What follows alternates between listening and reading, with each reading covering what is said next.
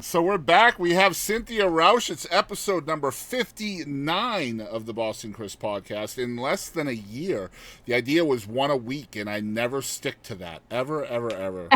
I was so bad. Like, I just love talking to people, especially about music. And, man, I love what you do, and I love your story. I've been reading about you for a while, obviously, since we knew we were doing this. And your story is so uplifting. You're a survivor, you're a victor, and I want people to know who you are, and I'm excited to tell your story. Thank you for that trust and allowing me to help tell your story.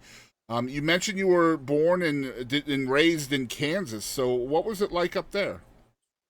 So I was raised most of my life in Kansas. I was actually, since Navy brat, I was born in a military base in Virginia. Oh, okay. But so Norfolk? technically, I'm a Virginian, I guess. Was it No, Norfolk that you were born at? Portsmouth. Okay, Portsmouth. Yeah, yeah. I've been drunk there once or twice. Yep. Well, I was a little too young for that. Yeah. Like infant. Yep. So after my dad left the military, we moved to Kansas to be around my mom's family. And just growing up in Kansas, one, you have every type of weather.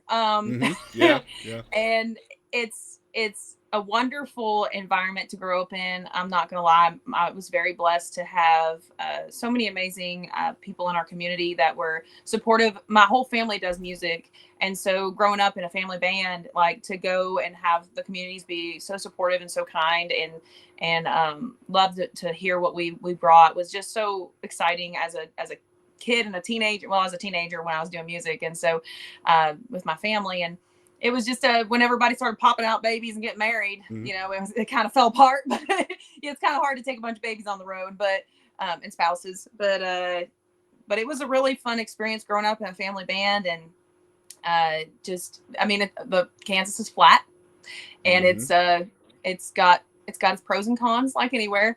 But I've lived in Kansas for over 20 years. So Are you still there now? Or no, I'm in Texas now. Yeah, Texas girl. Yes, I am officially a Texan, and I'm so excited. My dad's a Texan, so I'm already half Texan. So okay, well, there you go. It's in my blood. So you belong here. So yeah. So your dad's from Texas, your mom's from Kansas. Mm-hmm. Yeah. Okay, cool. And I love your story too. You mentioned that you're in kind of a musical family. Both your parents met in a band.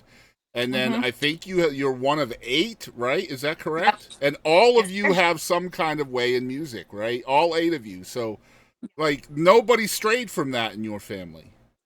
Yeah, they all just I have a sister that plays the bass. Both my brothers play drums.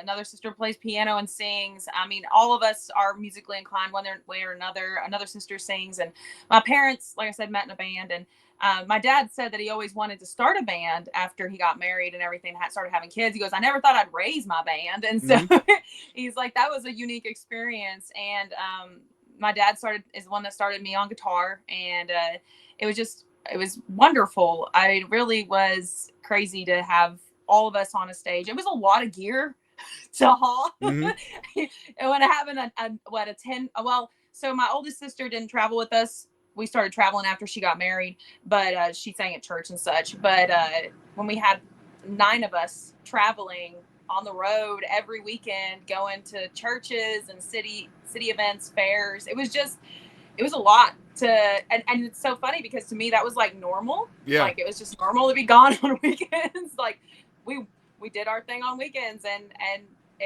like to hear other kids that they're like going and playing sports and stuff. We were like, no, we're music people. So I tried the sports thing, but I am too klutzy for that. So your whole family is touring musicians basically, but are you the first recording artist? Yes, so my family did do a demo when I was 17, but after I got married, they all kind of just only stuck to church. And I'm the one that decided to go the country music route, and I just felt like the Lord led me that direction, and it's been a really wonderful experience. So yes, I'm the only one that's been recording. My sister is on a couple of my tracks, one of my Christmas tracks and such, but their lives are so busy they don't have a chance to really come. Plus, it's expensive the more people you bring in studios and stuff. Yeah, so, yeah. But but yeah, no, I'm the only one. So yeah. Well, if you bring your family into the studio, though, you can pay them in fast food, and it's much, much cheaper, I imagine, right? Yeah, I know you'd think, but they're only 6 hours away. So No, they pay for their own gas. By God, that's the way that is, right? Especially nowadays. Right. What are some lessons you learned from your folks that you still kind of lean on today? Well, my faith is definitely grounded by my parents. They definitely put a foundation for who I am as an individual on what I believe, and that was the foundation that made me who I am, and actually is what helped me through my depression and Mm-hmm. my anxiety and everything. My dad has struggled with depression for my whole life, and he's been fighting it.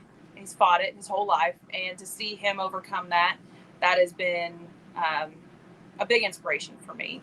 And then my mom to be so supportive and loving and kind with him along that journey, just to help him along all that. That was an inspiration to be supportive as a spouse or as an individual in life in general, just with people, just try to love on people and Mm-hmm. love them through their struggles. And that's what my mom does and my dad. And so it's just really, that's the biggest thing for me with music is I want to love people through their struggles and just hopefully bring them a little hope.